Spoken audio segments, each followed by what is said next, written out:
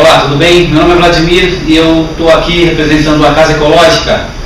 A nossa proposta hoje é fazer um vídeo onde nós explanaremos todas as possibilidades que falam sobre o solo cimento.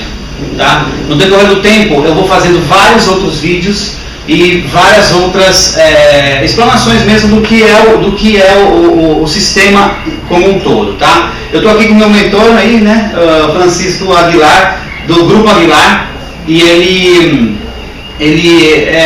para mim é como um pai de toda a coisa, né? Então eu estou aqui para a gente falar realmente, Francisco, bom dia, né? Bom dia a todos, Francisco Aguilar, do Grupo Aguilar, tá?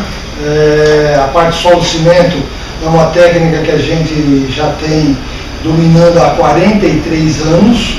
E eu acredito que seremos muito úteis nas suas perguntas que você tenha dúvidas, tá? Tá certo, então vamos fazer esse bate-papo aí, né? Perfeito. E vamos tentar colocar aqui, Francisco, tudo que é de verdade e colocar por terra também tudo que não é verdade. Tá? Vamos acabar com os mitos, né? Desmistificar mesmo, falar o que é o solo cimento. Vamos começar com isso então, tá? Vamos começar com o que é o solo cimento, de onde veio o solo cimento? Bom, o solo cimento. Solo cimento é uma palavra muito simples. Nós estamos falando de uma matéria-prima abundante no planeta, que é o solo, e a matéria-prima aglutinante que dá resistência, que é o cimento, que também é o segundo material mais consumido do mundo, segundo o Grupo Holcim, perde apenas para a água. Tá? Então, a composição entre um solo arenoso e o cimento resulta em diversos modelos de peças, com diversas configurações e aplicativos, que de acordo com a necessidade, dependendo da máquina, você pode ter uma única máquina fazendo diversos modelos ou não, tá? Correto. E o solo cimento ele se diferencia das solarias do mundo? O meio ambiente ganha com isso como, Francisco? Bom, vamos falar que o nome mais conhecido do solo cimento é olaria ecológica. Ecológica por quê? Porque não se queima, não se tem nenhuma agressão à natureza, você trabalha com material que não gera nenhuma fuligem, tá? E uma matéria-prima que tem abundância, que, como eu já disse antes, que é o solo e o próprio cimento. Então, a diferença entre a olaria ecológica e a olaria convencional é que a convencional depende de uma matéria-prima também qualificada, como o próprio solo e cimento, só que, por sua vez, é muito manuseio, amassa, mistura, molda, perde temperatura, perde umidade, leva-se a um forno e aí ele é queimado, óbvio. E a queima, ela pode ser feita de algumas maneiras. Vamos dar algum exemplo. Madeira, fora de cogitação. Petróleo, nem pensar. Energia elétrica, isso é brincadeira, não tem como fazer, né? E aí nós temos o gás, que também é um material caro, e isso tudo fazendo a queima, cria-se, não é ambientalmente ecológico, ou seja, nós criamos aí uma situação, infelizmente, que vai contra o apego ecológico do planeta. Tá, mas de uma certa forma, toda a retirada de mineral, material do meio ambiente é uma forma de se extrair e degradar no ambiente, né? Sim, como que fica isso com o solo cimento? Como que é essa passagem aí de retirada? Olha, na verdade, a gente tem que tomar muito cuidado para que não se crie aqueles mitos, aquelas ilusões, porque se fala muito que é só pegar a terra e misturar com o cimento. Primeiro, o nome chama solo cimento e não terra cimento. Então não é qualquer matéria-prima, é um material selecionado. Por ser um material selecionado, óbvio que existem jazidas que têm essa qualificação, onde uma vez identificada, ela deve ser licenciada pelo meio ambiente para que você não crie aí um extrativismo ilegal, ou seja, para que você não tenha um crime ambiental. Então, devemos pensar no solo cimento como uma matéria-prima legalizada, da mesma forma que nós temos a areia, da mesma forma que nós temos as pedreiras, tá? Esquece aquela história de pegar terra no fundo do quintal, não é assim. Então eu não posso sair pegando qualquer terra aí. Bom, vamos pensar assim, a terra não são todas iguais, tá? Então nós temos problema de qualificação, maior volume de areia, menor volume de areia. Temos a questão da mica, temos a questão de alguns outros materiais, como a sílica, temos a questão da acidez. Então nós estamos falando de um material selecionado. Tanto é isto que o Grupo Aguilar hoje, uma das principais vantagens não é a máquina, não foi a ideia, e sim um suporte que dá para a pessoa para aprender a selecionar o material ou compor o material. O que seria compor? A mistura de alguns materiais onde você chega a uma qualidade final satisfatória. Né? Correto. Então, tudo isso que você falou, a gente pode fazer algumas coisas com isso, né? Eu estou vendo aqui em cima da mesa alguns materiais aí, né? Sim, o que se aplica o solo cimento? Eu posso pegar o solo cimento, a gente está falando que é bonito e tal, mas o que eu faço? Eu pego ele coloco no meu canteiro, ou dá para fazer esses lindos tijolos aí que eu estou vendo na frente? Vladimir, é o seguinte, o solo cimento, ela não é uma novidade, tá? Nós estamos falando de alguma coisa que vem lá há milhares de anos, nós estamos falando de uma parte do solo cimento que nasceu dentro da grande muralha da China, tá? Nós estamos falando de alguma coisa além dos 3.000 anos atrás, tá? E ainda historicamente no solo, a composição do solo vem desde a Via Ápia, tá? O que acontece? Hoje nós, no Brasil e no planeta Terra, usamos um grande volume de solo cimento como base nas rodovias, como base dos aeroportos. Então nós temos o Aeroporto Internacional de Cumbica, onde toda a terra foi removida e entrou uma nova matéria-prima selecionada, chamando solo, cimento, inclusive em alguns casos até aditivos para melhorar mais ainda a composição. Então o solo cimento é uma coisa que, se dominado e com um pouco de criatividade, você pode fazer inúmeras peças, como tijolos maciços, pastilhas de revestimento, meio tijolo, canaleta. Aí vai muito da criatividade de cada pessoa. Por esse é um dos grandes motivos que nós geramos os cursos de treinamento para ensinar a trabalhar com a matéria-prima.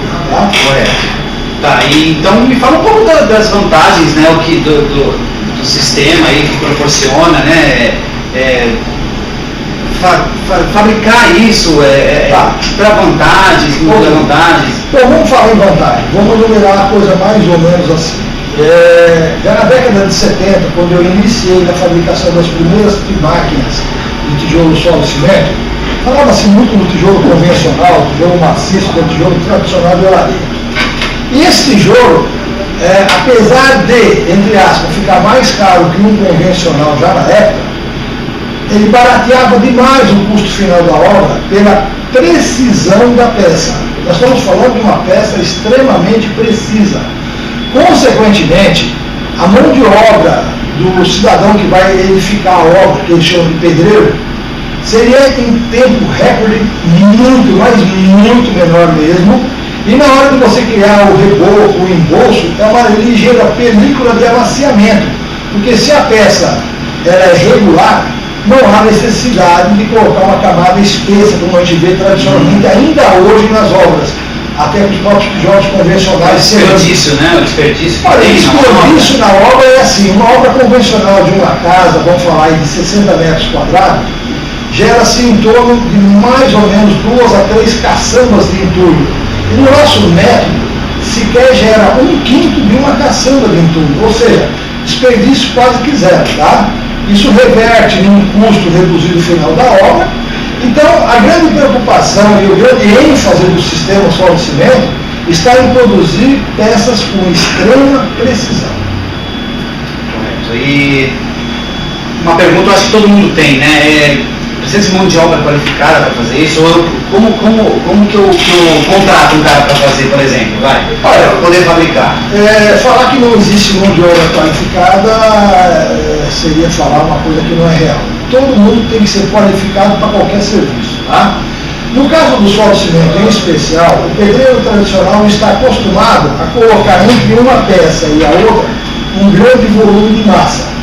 A gente pode colocar um ligeiro filete de cola, ou muitas vezes, a dependendo do design do tijolo, que ele tem os seus encaixes, ou mesmo as planilhas retas, eu posso não colocar nada, porque o sistema construtivo, ele prevê grautes dentro dos furos que trava e compõe toda a obra. Sem contar que depois de rejuntado uma peça, tem frisos nos tijolos, que ao passar o rejunto como fosse um piso e um azulejo, automaticamente você está colando um tijolo sobre o outro.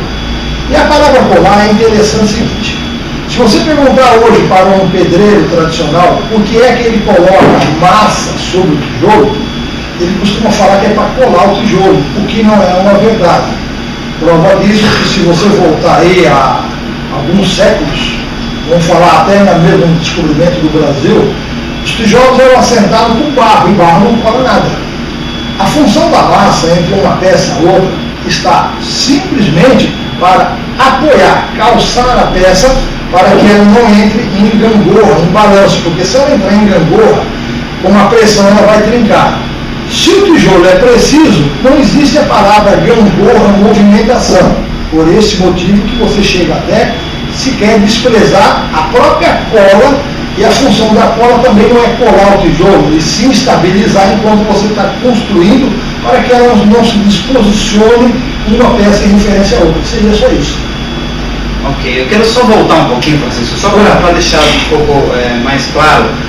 Como que a pessoa pega essa terra na jazida? Como que ela vai lá e retira isso da jazida? Tá? Já falamos sobre toda a parte de impacto ambiental, já falamos sobre legalidade sobre isso. Sim. Só que vamos dizer que está tudo certinho, tudo legal. Eu quero saber como que ele vai lá e pega. Porque ele pega com a retroescavadeira, com a mão. Ele tem que peneirar esse material, pode deixar graveto junto, pode deixar folha junto. Então, isso implica na qualidade desses materiais? Com certeza, olha, quando você fala em terra, você veja aqui camadas diferenciadas.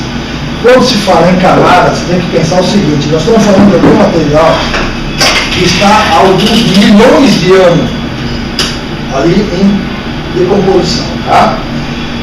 A natureza faz com que os galhos, capins caiam sobre o terreno e as raízes vão descendo. A primeira providência que você tem que tomar é o seguinte: você tem que tirar aquela capa que está exposta à natureza há alguns milhões de anos, pelo menos de meio metro de profundidade, 50 centímetros. Ao tirar essa capa, você tem que observar que o solo que sobrou embaixo não tenha nenhum vestígio de raiz, folhas ou materiais orgânicos. E mais importante, não pode ser uma terra recém-revolvida, uma terra de aterro. Isso não existe para nós. Nós estamos falando de uma matéria-prima virgem que está ali quieta há alguns milhões de anos. Consequentemente, você está pegando uma matéria-prima que não tem acidez, tá? Que não tem a composição dela com a eletricidade. E o mais importante, se você avistar no solo aqueles pontos brilhantes que a gente chama de mica, esse solo para nós não serve. Por que ele não serve? Porque a mica é neutralizante de ação do próprio cimento. Então é uma forma de classificar a princípio o solo. E o que normalmente se faz? Com o auxílio de uma escavadeira, daquela manualzinha de fazer buraco, pega-se o terreno, faz-se um furo no chão. Quando ele ultrapassar meio metro de profundidade, você desce a escavadeira, coleta uma amostra equivalente a um copinho desse daqui, coloca-se numa embalagem plástica e manda para o meu laboratório, porque esse teste ele é gratuito e a gente vai te informar se o que está ali tem qualidades ideais para fabricar um bom tijolo solo cimento, uma boa peça de solo cimento, ou também se ela é passível de correção. Essa dica é para não errar, hein? Você vai pegar, custo zero, você vai mandar essa amostra que ele acabou de falar para o Grupo Aguilar, né? No seu nome, né, Francisco? Você pode mencionar a minha pessoa, pode mandar no meu laboratório. E o legal, não adultere a amostra. Correto. Nada de peneirar, nada de ficar escolhendo a dedinho, não. É assim, a cavadeira desceu lá meio metro, coleta a amostra, do jeito que sair da cavadeira vai para dentro da embalagem. Como eu disse, não precisa mais que um copo. Porém, ela tem que ser uma amostra verdadeira. Agora, é óbvio, se você notar vestígios de pedrinhas no meio, esse solo para nós não é ideal, porque pedras, tá? Ela está ainda em formação, tá? Ela também não pode ter nenhum vestígio de raiz, não pode ter mas você tem que mandar do jeito que chegou, né? Perfeito. Não tem que peneirar, não tem que fazer nada. Tirar e mandar para vocês. Natura, tá? Okay. Ou seja, na prática, gente, só não adultere a amostra e observe antes de mandar, porque se você me mandar um material que tem vestígios de cores misturadas de terra, que você tem grãos muito grossos de areia, e que você, ao tato, você pega uma amostra da sua terra, o que é mais importante, você sente nela que ela tem que conter areia. A areia, ela desliza na mão. Quando ela começa a borrar, manchar o dedo, isso não quer dizer que tem areia. ela tem um excesso, um volume muito grande, muitas vezes, de argila, tá? E essa argila excessiva também não é o ideal para o solo de cimento. Já que você está entrando nesse assunto, vamos falar um pouco sobre dosagem, então. Qual que é a dosagem ideal? Prestem muita atenção. Qual que é a dosagem ideal para o que tem que ter, quanto de porcentagem nesse solo para se dar um material bonito como esse aqui, resistente? Por quê? Né? Bom, vamos pensar o seguinte: o solo de cimento, na verdade, utiliza a argila composta dentro do solo em função de dar liga, dar pega, ou seja, você aperta, forma uma pelota e ela se autossustenta. A única função da argila é essa. Sim. Ao mesmo tempo, ela determina a cor do solo, vermelho, amarelo, marronzado, tá? Geralmente os solos de cores muito escura, roxo ou negro, não é o ideal. O solo com vestígios negros no meio, ideal para a agricultura, ele demonstra ser um solo que teve muito material de composição, ele é muito ácido e não é bom para a gente. Agora, nessa composição, o material mais importante, acredite se quiser, não está na argila. Está na quantidade de areia que contém essa mistura. Ou seja, um bom solo, ele gira algo em torno de 70% da proporção que você está usando em areia e apenas 30% em argila para dar liga. Então veja bem, a boa matéria-prima tem mais areia do que liga. A areia reage com o cimento, a argila só dá liga para movimentação assim que você molda na máquina. Ok. Então agora eu vou pedir um bônus aí para você, né? Já que a gente está falando sobre o solo cimento, o solo cimento é uma mistura, né? O nome já diz, né? Solo cimento. Ok, óbvio. Né? Isso. Então fala um pouco pra gente. Eu sei que depois eu vou fazer um vídeo explicando e mostrando na prática como que faz essa mistura, tá? A gente vai colocar aí, vai colocar um pouco, vai fazer isso tudo, tá? Mas cada vídeo vai ter a sua particularidade. Me fala um pouco sobre essa mistura, de quanto que eu tenho que colocar de cimento, quanto que eu tenho que colocar de terra, qual que é essa? Então, vamos pensar o seguinte, vamos imaginar que o solo, por sua vez, não seja um solo 100% puro, como na maioria não ocorre, né? E aí a gente pensa que a gente deveria neutralizar a acidez, quebrar um pouco da parte elétrica do solo. Normalmente se pega a matéria-prima, se o solo contiver a quantidade ideal de areia, mistura-se, vamos falar, o solo com cal normal, hidratado. Esse cal reage durante 24 horas, eliminando do solo totalmente a parte de acidez e equilibrando a parte da eletricidade. No dia seguinte, 24 horas depois, você acrescenta o cimento numa proporção, e essa proporção ela não é fixa. Por quê? Depende da finalidade do produto. Correto. Vamos pensar que eu estivesse fazendo uma base de uma rodovia, uma base de um terreno, de uma casa. Eu podia estar trabalhando com um traço, vamos dar um exemplo, 20 gramas. Eu construí diversas casas no Ceará, no Brasil, e é onde o poder aquisitivo das casas, dos moradores, era extremamente baixo, e a nossa finalidade era reduzir bruscamente o custo. Então o que nós fizemos? Nós fizemos tijolos, onde a proporção terra-cimento era para cada 20 porções de terra, uma porção igual de cimento, ou seja, um traço de 20 por 1 que representa 5%. Tá, fala com o nosso amigo que está lá, quando você fala traço, quando você fala proporção, o que seria? Seria uma lata? Então você fala 20 por 1, por exemplo, 20 latas. 20 latas, ou 20 baldes, ou 20 copinhos, por um copinho igual, ou lata igual de cimento. Correto. 20 misturas sem mudar a litragem dela, tá? O cal, na verdade, aí que está o negócio. O cal, ele entra, em média, à base de 5% do volume.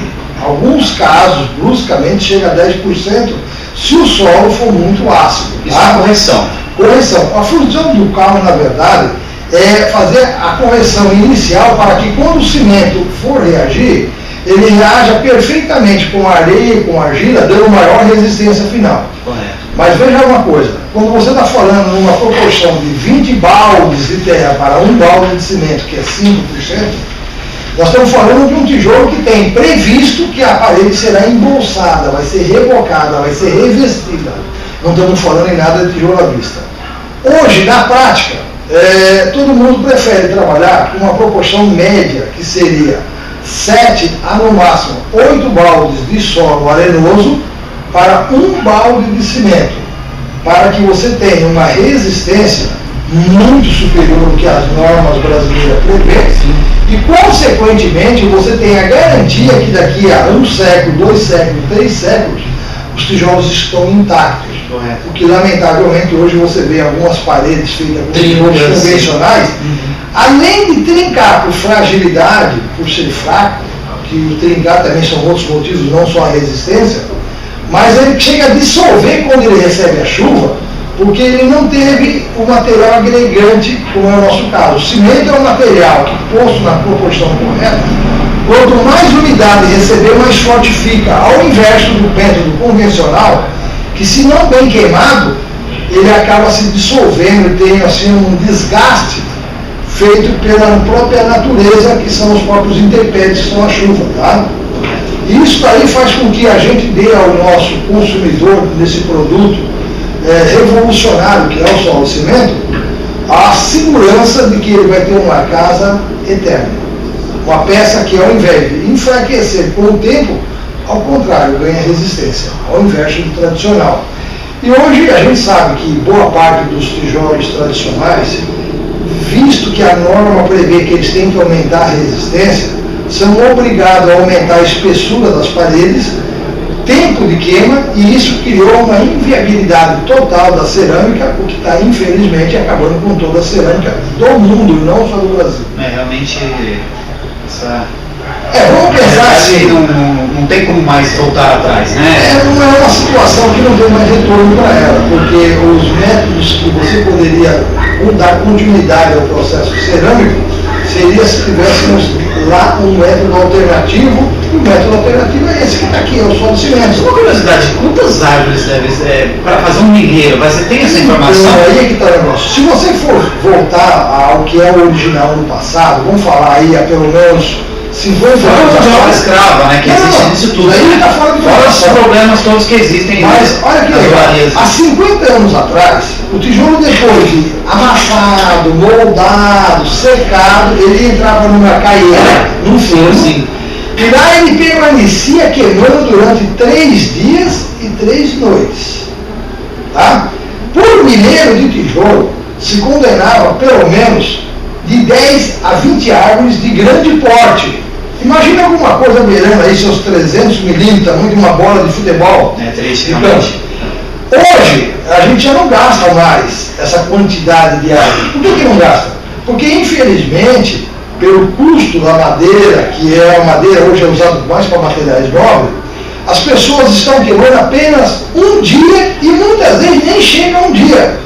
Automaticamente esse consumo de 10, 20, 30 árvores, 40 árvores, dependendo do tamanho do tijolo, hoje se resume a 1/4 do volume que era consumido no passado. Mas entenda, não se criou uma novidade, se criou uma inferioridade. Ou seja, o tijolo hoje é muito mal queimado e, infelizmente, para as pessoas de baixa renda aquisitiva, que não podem embolsar, rebocar uma casa e deixa a parede exposta ao tempo, ela começa a absorver muita umidade, ela começa a se dissolver, ela começa a criar problemas, inclusive à saúde humana, porque a parede úmida, ela consegue conservar ali dentro e criar o ácaro, o fungo, a doença, que compromete a sua vida. E o que você não gastou na parede, agora você vai gastar em remédio, e aí tem mais uma coisa, cara, que é interessante. Você tem ali uma longevidade, você poderia estar previsto viver 80 anos, vai viver 60 anos, e 60 anos mal vivido. Pois é, a longo prazo. Eu diria que muitas vezes nem chega a muito longo prazo, tá? Porque é uma criança que é uma pessoa que ainda está criando seus anticorpos. Se ela mora numa casa que tem muita umidade, muita bronquite, sim, mas ela nasce ali, começa a proliferar a doença, a bronquite mesmo, os problemas respiratórios, né? Correto. Bom, muito legal isso, Francisco, assim, só que eu estou vendo esse solo aqui, ele está bem solto, né? Isso é evidentemente uma terra preparada, né? Não, aí que está. O tá solto se dá porque ele tem areia. Porque se ele não tivesse areia, ele seria pedregulhoso, ele seria duro, ele seria... Você pegaria uma pelota dessa aqui, ó, na mão, E quando você tem areia, você aperta, ó, ele desmorona. Se ele não tem areia, você aperta, ele tem resistência. A ponto até de você jogar no chão, e ele muitas vezes nem quebra, ele não se desfaz. E o excesso de argila não tem como a gente usar na máquina, porque primeiro que o excesso de argila deforma a peça, retrai muito. Segundo, que ela não tem o material principal para o cimento reagir, que é a areia. Consequentemente, você vai ter uma peça empenada, distorcida, e o pior ainda, né? Não importa qual é o fabricante no modelo da máquina, esta matéria-prima com excesso de argila irá grudar na máquina, comprometendo completamente a produtividade da fábrica. Oi, e aí, tá gostando do vídeo? Então eu vou te convidar para curtir o nosso canal e adquirir este e muitos outros vídeos na íntegra em nosso site www.acasaecologica.com.br. Inscreva-se aqui embaixo. Até mais!